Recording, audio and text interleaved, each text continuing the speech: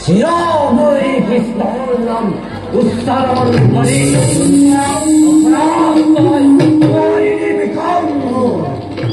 বন্দি করিল চান্ত ভদ্রের সঙ্গে ওই বিপদ উচ্ছেদ পুরস্কার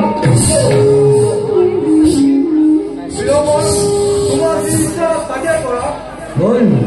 বল কখন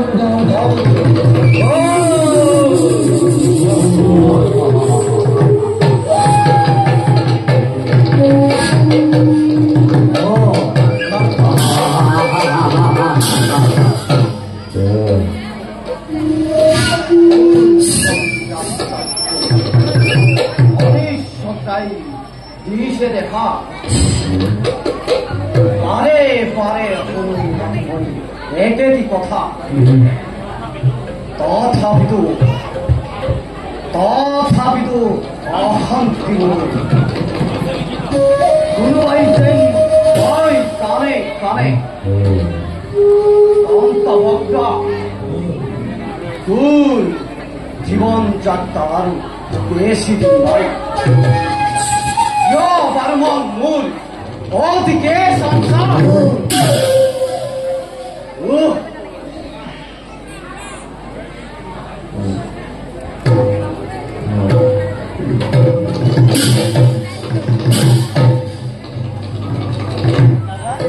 दादा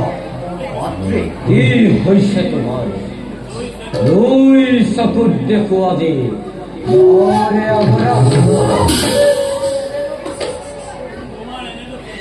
তোমার এনে রূপ দেখিলে মোর হৃদয়ত হয়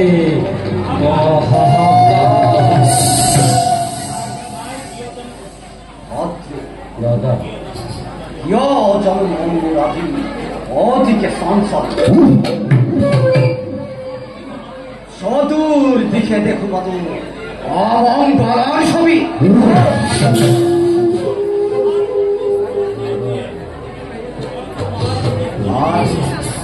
পরিষে পরিহার মুখ নিষ্ঠুর নিরোধে হবে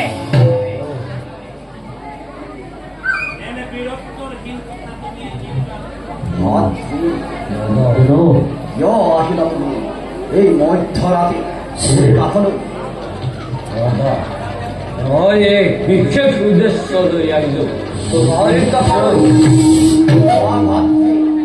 তোমার আদেশ করি আলিঙ্গন মনে করিছে আমার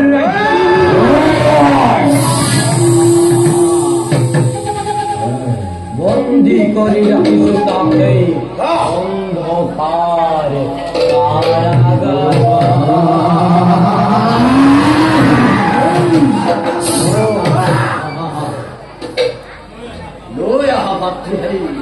অথম ব্রাহ্মণ ও সেই বিশাল করি আভাত্রে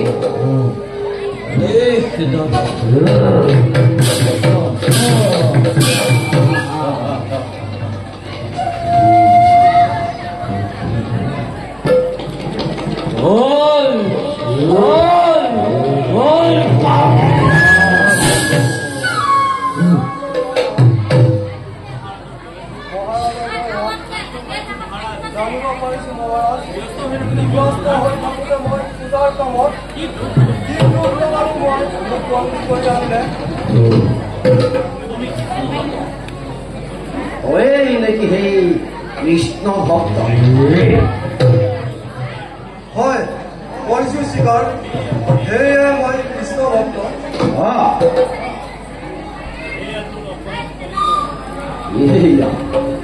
এয়া তই ঘোৰ অপৰাধ কৰিলে কলিঙ্গ ৰাজ্য মোৰ শাসন কালত মোৰ ৰাজ্যত কোনেও কৃষ্ণৰ ধৰ্ম ল'ব নোৱাৰে ৰাজা এই সংসাৰত যে কৃষ্ণৰ নাম হয়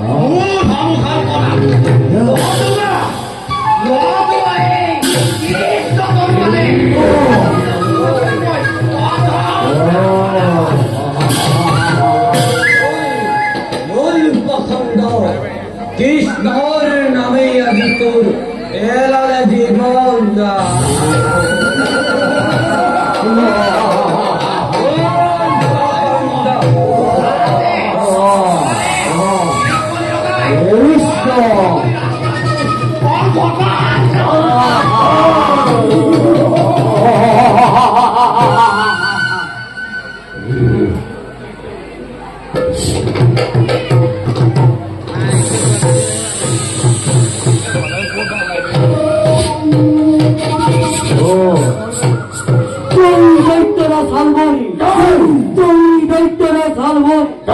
তুই মহাবীর করণ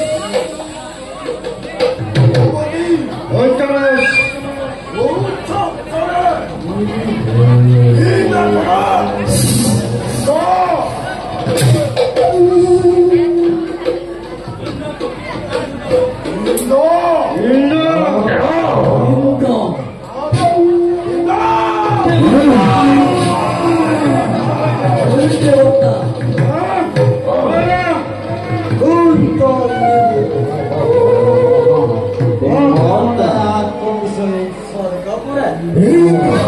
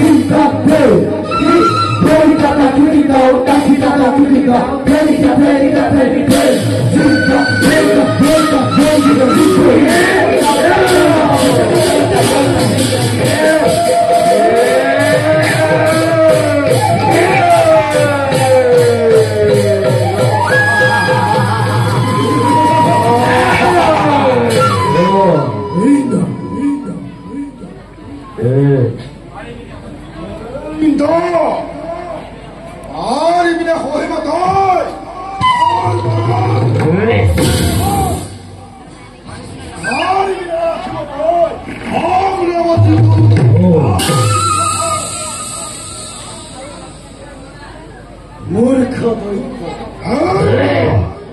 मत हो आपुन कर भक्त हे दुखारी तय दुखारी किया এই অমরাবতীর লালখাত চাপটি মরি গেল মূর্খ এতিয়াও কৈছো যা ঘুরি নিশ্চয় চলই নত যুদ্ধ দে এই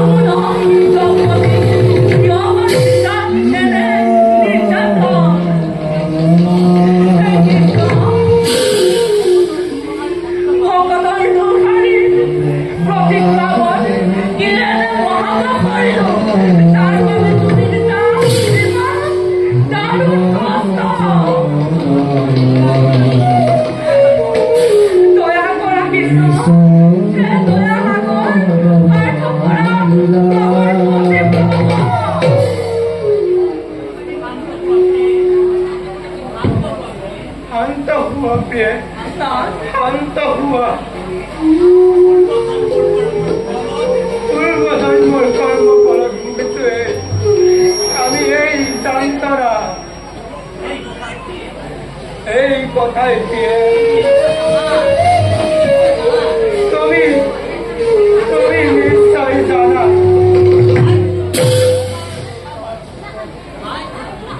তাইৰ কোনো দুখ নহয় স্বামী এয়া জানো অন্য নহয় ঈশ্বৰৰ সৃষ্টি জীৱন যদি প্ৰতিদিনাই এমনি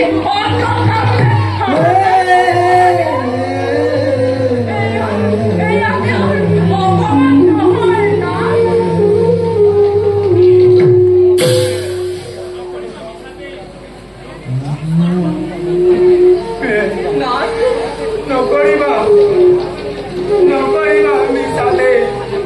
ৰূপ কৃষ্ণৰ প্ৰতি কৃষ্ণৰ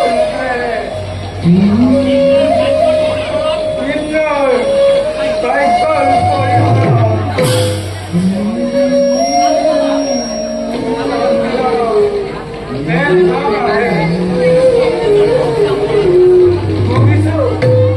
ভুগিছো আমি এই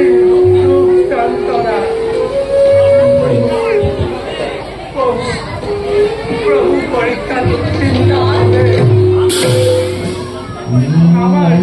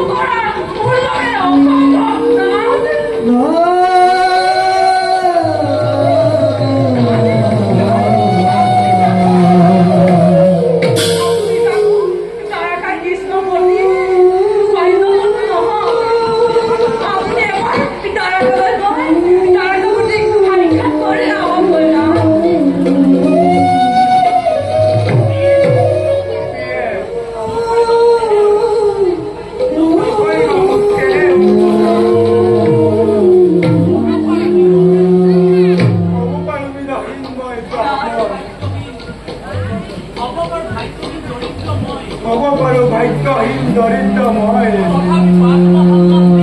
তথাপিতো আত্মসন্মান দি তৰাঞ্জলি দি তোমাৰ পাছত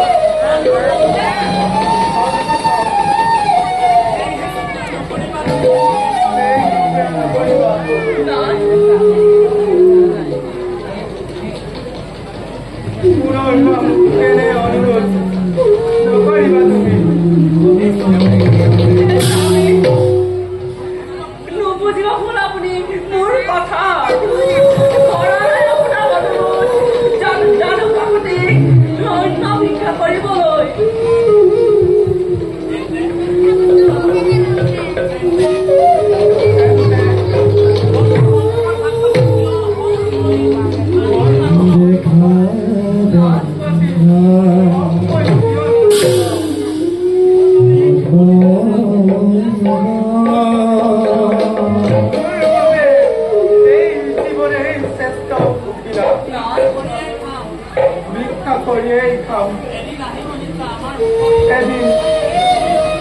এদিন আহিব আমাৰ নিশ্চয়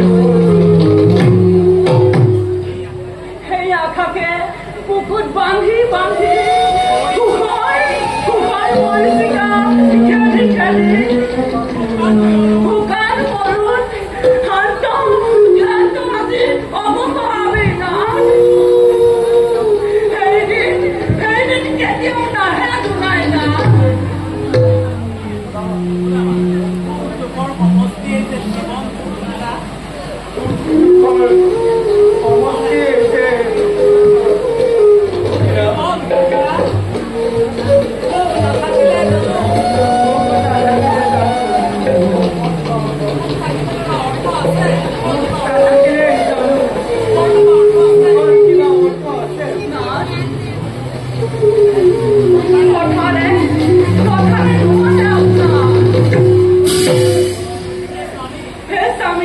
জীবন শুরু দিতে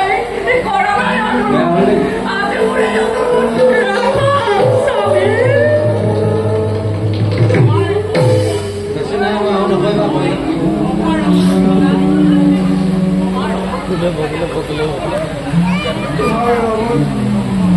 একটা বাড়ি বানায় পাপার বাড়ি খুঁজছিলাম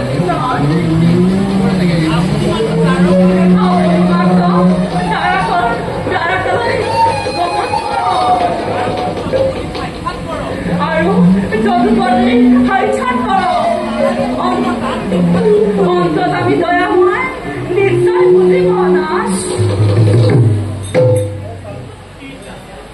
ঠিক আছে তোমার অনুরোধ রক্ষা করি রামময় তারকা পুরানো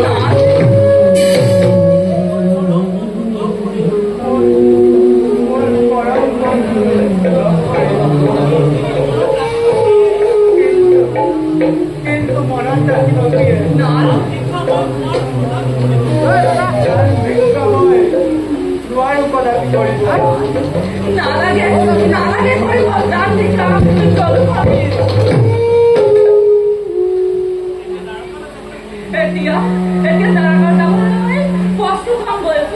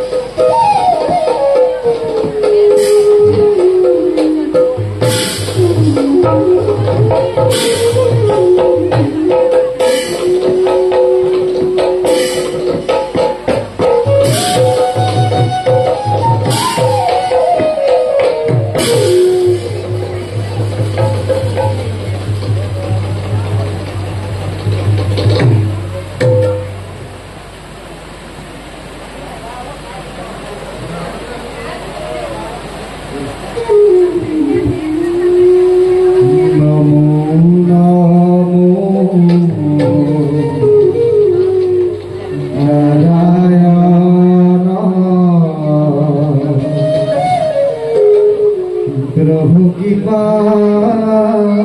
माया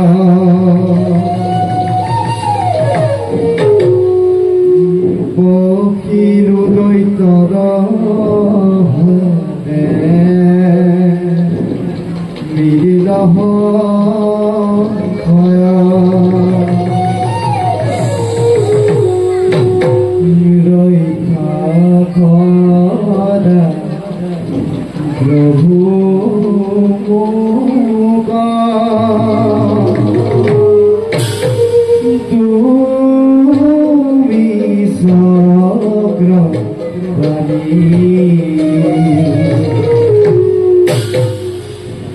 नाथ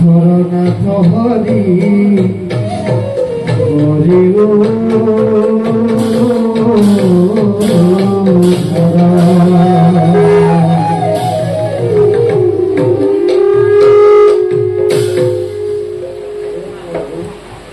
ভক্তৰ ভক্তি অঞ্জলি কৰিব গ্ৰহণ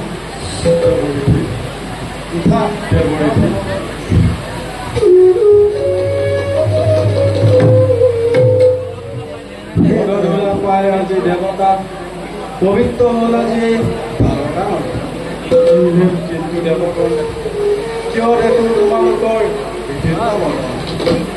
হৈছে নেকি কিবা স্বৰ্গটোৰে যদুপতি হে নাৰায়ণ ভাগ্যৰ বিড়ম্বনা আৰু নিয়তিৰ অসুখ চেকান্ত দেৱতা আদি দিশহাৰা অমিত প্ৰাণ কৰি অমৰত লভিলো যদিও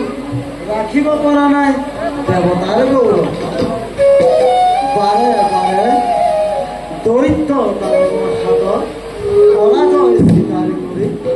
অশেষ দেৱতাৰ মাজে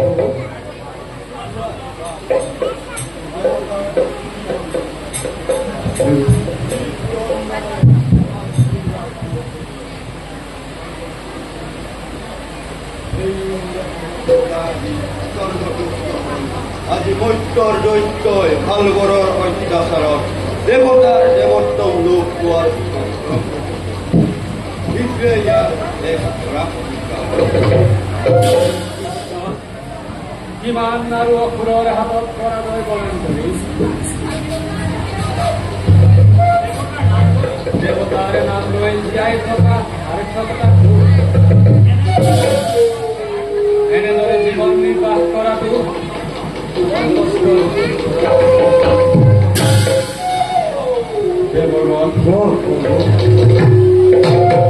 দৈত্যৰ কোনে কৰিব পাৰে তাত কি শক্তি আছে তুমি কি বহেৰিকাৰ দৰে দেৱতাৰ যেন নিষ্পন্ন হৈ থাকে দেৱতাৰ অতুল কংকলেও স্পৰ্শ কৰিব পৰা নাই মাৰে হৃদয় আমাৰ আৰু এই ঠাইত থকা কোনো দৰকাৰ নাই দেৱতা সদায় ভিক্ষাৰীৰ লেখেৰে আছিল আৰু সদায় সৃষ্টিৰ বুকুত ভিক্ষাৰী হৈয়ে থাকিব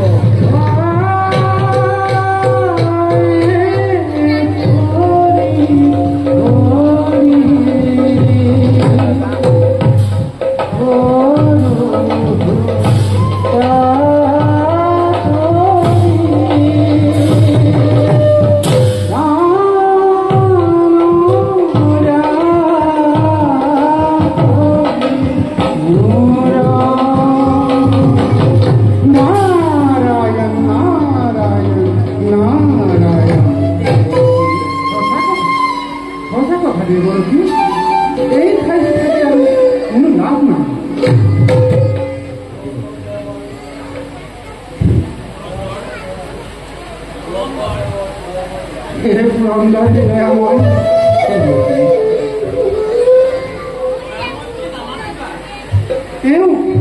তেওঁ বাৰু দয়াময় বুলি নামানিবা কৈছে তেওঁ হৃদয়ৰ পৰা দয়া মমতা সকলো আঁতৰি গৈছে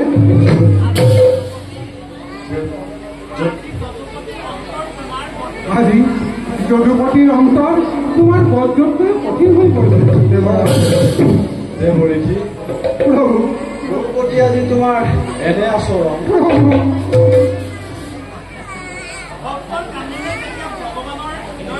ভক্তৰ কান্দনিৰে যেতিয়া ভগৱানৰ হৃদয় আমি নিৰূপায় প্ৰভু দেৱগণৰ হৈ মই আপোনাক আদৰ কৰিছো আৰু দেৱগণক ৰক্ষা কৰক এই বিপদৰ পৰা নহলে ভগৱানৰ প্ৰতি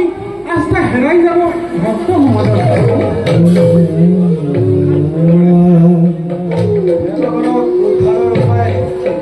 নাৰায়ণ নাৰায়ণ নাৰায়ণ প্ৰভু বুজিলো প্ৰভু এই কাম মই সমাজতে কৰিম সমাধান লৈ আহিম দৈত্য আপোনাৰ দেৱগণ নিশ্চিন্ত হোৱা তোমালোক যোৱা দেৱগণ তোমালোকৰ দুখ অচিৰেই মোচন হ'ব আপোনাৰ বাণী শুনি যেতিয়া পুনৰাই সেৱা জনাই আপোনাৰ শ্ৰী চৰণ